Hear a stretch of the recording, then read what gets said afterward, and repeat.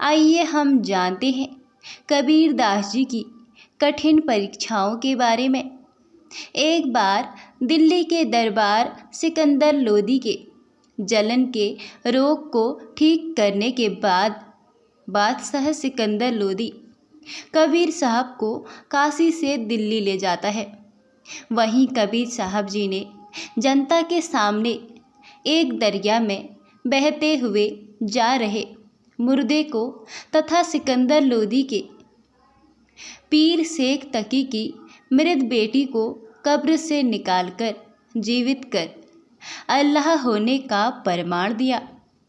और कबीर साहब की महिमा दिन प्रतिदिन बढ़ती जा रही थी, लेकिन यह सब शेख तकी के लिए एक घाव पर नमक छिड़कने के समान था।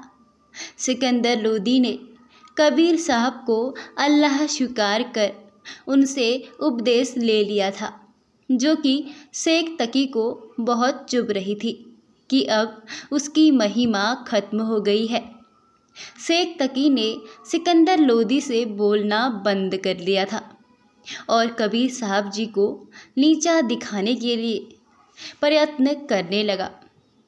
शेख तकी मुसलमान भाइयों को इकट्ठा करने लगा, लेकिन सब लोग बहुत बोलते थे, जो कबीर से घृणा करते थे कि ये कबीर तो सचमुच कोई जादूगर लगता है, और देखो बादशाह इसे अल्लाह मान चुका है, लेकिन अल्लाह शरीर में नहीं आता है, इसकी एक और परीक्षा लेनी पड़ेगी।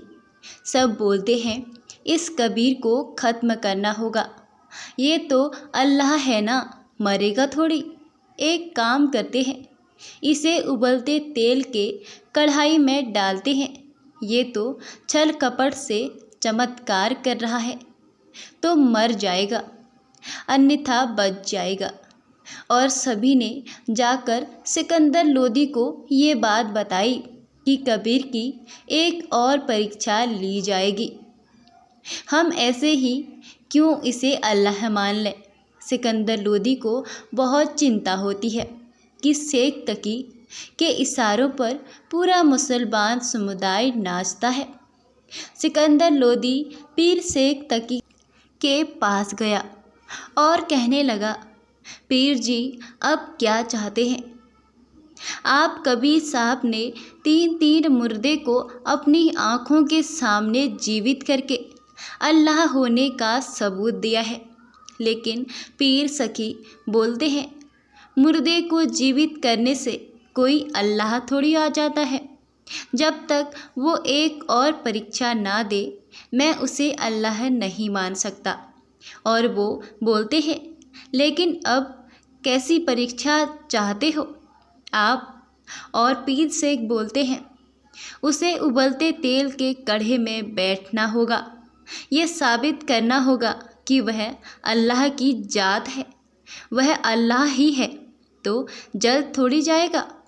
और बोलते हैं सोच लो, ऐसे में तो कोई भी मुसलमान उसे अल्लाह नहीं मान लेते, तब तक मेरी गाड़ी खतरे में है। और वो बोलते हैं ऐसा मत कीजिए पीर जी, हम ज़रूर कबीर जी से इस बारे में बात करेंगे। और यहाँ पर सिकंदर लोदी पड़ जाते हैं संकट में और वो मायूस होकर अपने कक्ष में बैठ जाते हैं। और कबीर जी बोलते हैं क्या हुआ बादशाह, अब क्यों परेशान बैठे हो? शायद आपके पीर जी अभी भी आपसे नाराज़ हैं। और बादशाह बोलते हैं हे अल्लाह, आप तो जान ही जान हैं। और सिकंदर कबीर जी को पूरी बात बता देता है और अपनी मजबूरी भी जाहिर कर देता है। और सिकंदर बोलते हैं हे मालिक, पीर जी को कैसे मनाया जाएगा, अब ये तो आप ही जाने। तो कबीर जी बोलते हैं बादशाह, आपके पीर जी की समस्या बन गई है।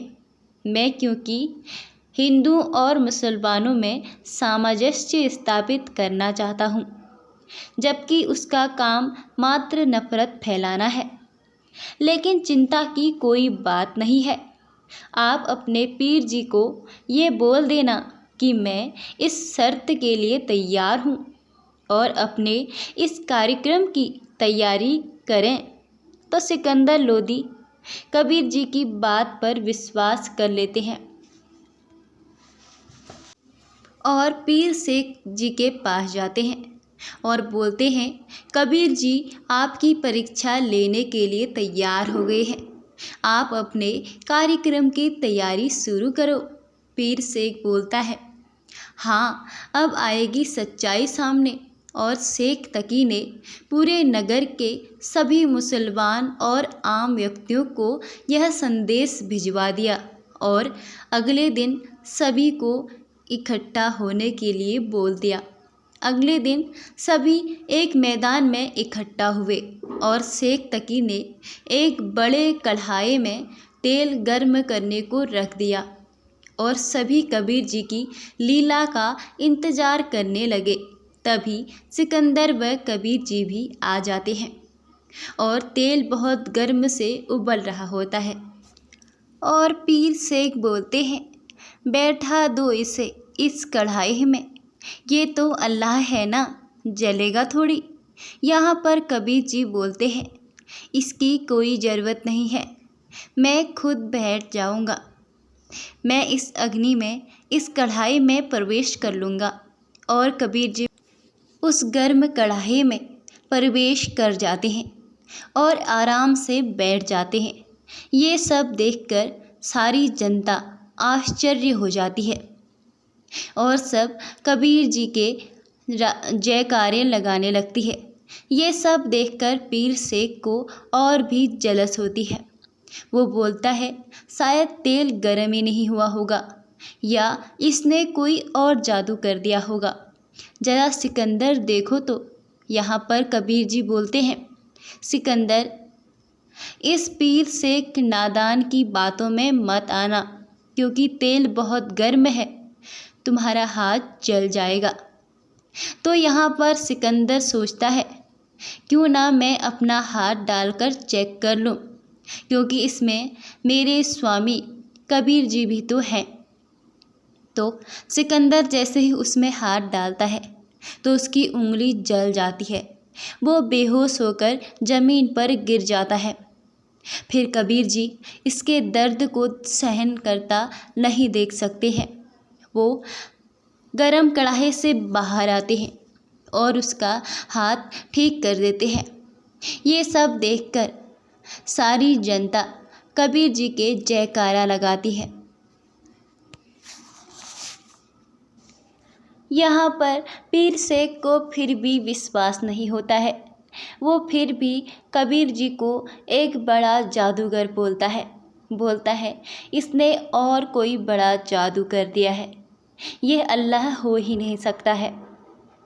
लेकिन यहाँ पर कबीर जी अपना चमत्कार दिखा देते हैं।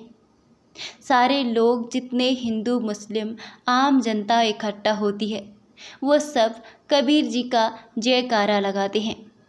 यही हमारी कहानी कबीर जी की समाप्त होती है। आपको कहानी कैसी लगी कमेंट में ज़रूर बताएं और हमारे चैनल को सब्सक्राइब ज़रूर करें।